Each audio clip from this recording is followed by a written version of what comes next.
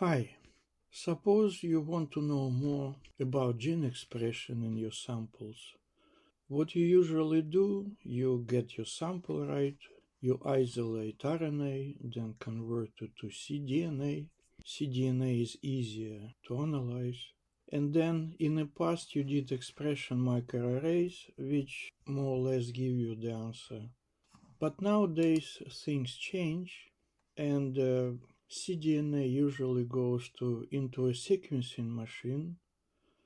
As a result, you get this fastq file, which is a set of sequenced fragments, and you do not get immediate answer how to interpret it in terms of a gene expression. To do that, you have to map those fastq files.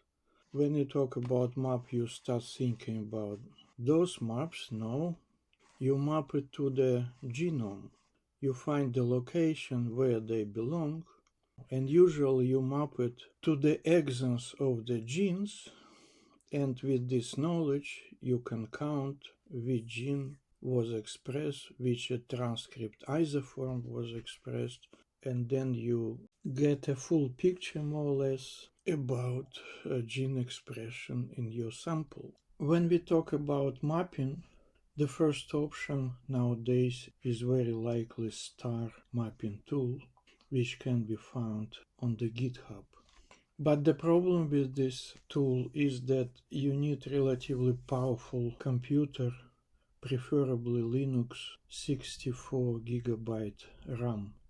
You cannot do it on your laptop. But there are other options. If you check, for instance, HR tutorial, what they say and what they recommend, of course they mention star, but in the first instance they recommend Rsubread package. This program can be found on a bioconductor, and tutorials is also there. Pay attention that you can install it in two different ways. You can either download tar file from SourceForge and then run make on Linux or Mac OS, and then you will access it through the command line, or you can use it as a regular R program. You install a Rsubread using Bioc Manager from Bioconductor, and then the first thing before mapping is to create a reference genome. In our case it's Homo sapiens, the latest version, which you can always find on the gene code page. I usually download this primary gene annotation file like this, and primary genome sequence faster. After download, you move it to the dedicated directory where it will be easy to access. And now you can continue with your lines. You set working directory into your genome location, then you list files, make sure it's all there, then you decide what reference should it be. It's a fastq compressed file. What's the short name for it? Let's say this one. Then be careful with the subread length, so that's the fragmentation of the genome. We know that fastq files which we used before and will use now have a length 150 nucleotides, but the length of the subread should not be bigger than that, and it can be smaller than that. So I would say let's put it on 100, and then you say build index. Quite conveniently, this step also gives you a timing,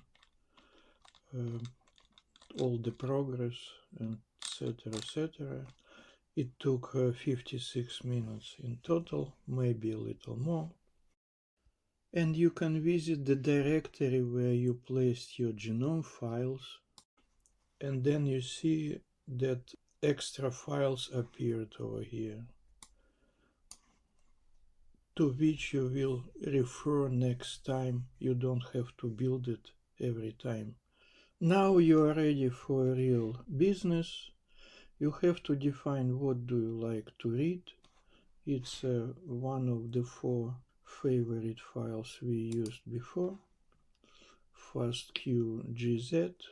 Then you better create a subdirectory with the BAM files. You can do it from Rsubread or from your file manager, doesn't matter. Let's do it from here. And then you check again. And then you see BAM directory is created. Now it is empty. Then out will be in a BAM directory the same name as a fastq.gz.bam. And now you say align stat, and you indicate index, reads and out, what comes in, what comes out. That's all you need. And then again you see a progress report. Alright, in less than an hour you have another report of a mapping. Everything is went fine and BAM file is generated. And also VCF file, which is quite useful for those who are interested in polymorphism. It's a table of mismatches compared to the reference genome. But you can ask, and where is my reads per transcript file? Not so fast, because it has to be generated.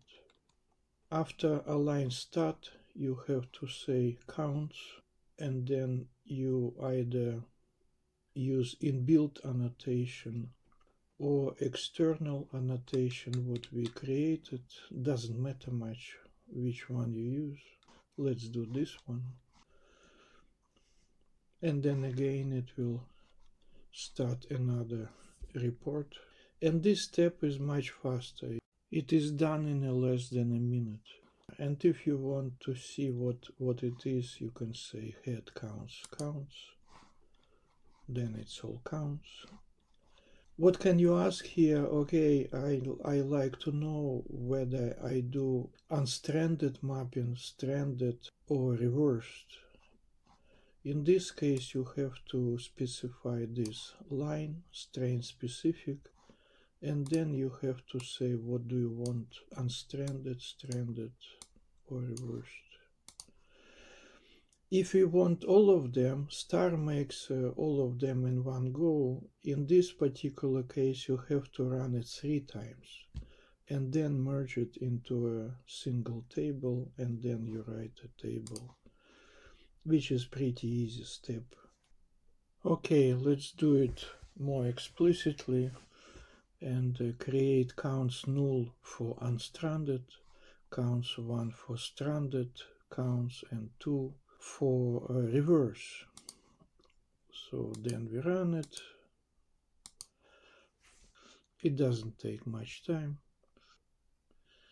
Alright, now you have to know that counts is a S4 type, pretty complicated, and you only need counts out of it, and the reference to the counts is like this.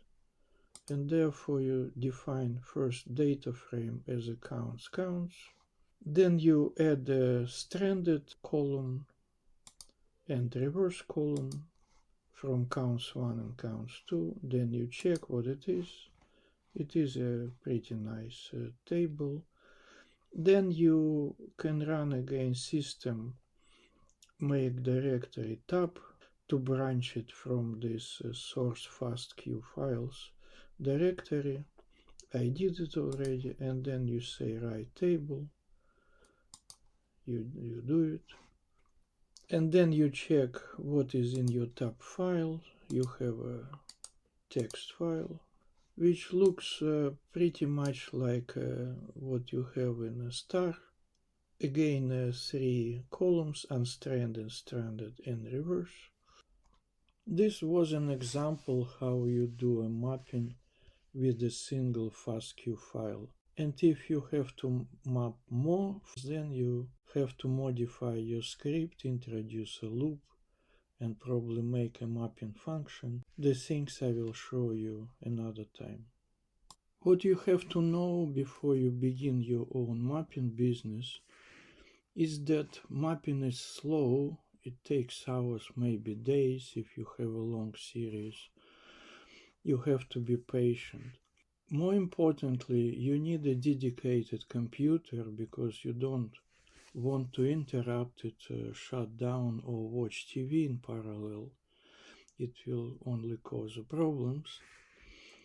You might need a pretty powerful computer, workstation or something, depending on what you use for mapping. For star, you surely need 64 gig or more. And for a long series, you need considerable space on your hard disk. But some programs are not so greedy, and you can do it on a regular laptop. That's the package I demonstrated in this video. And after you spend your time and effort, you will hopefully see the expected result. I am sure you will. That's the end of the story.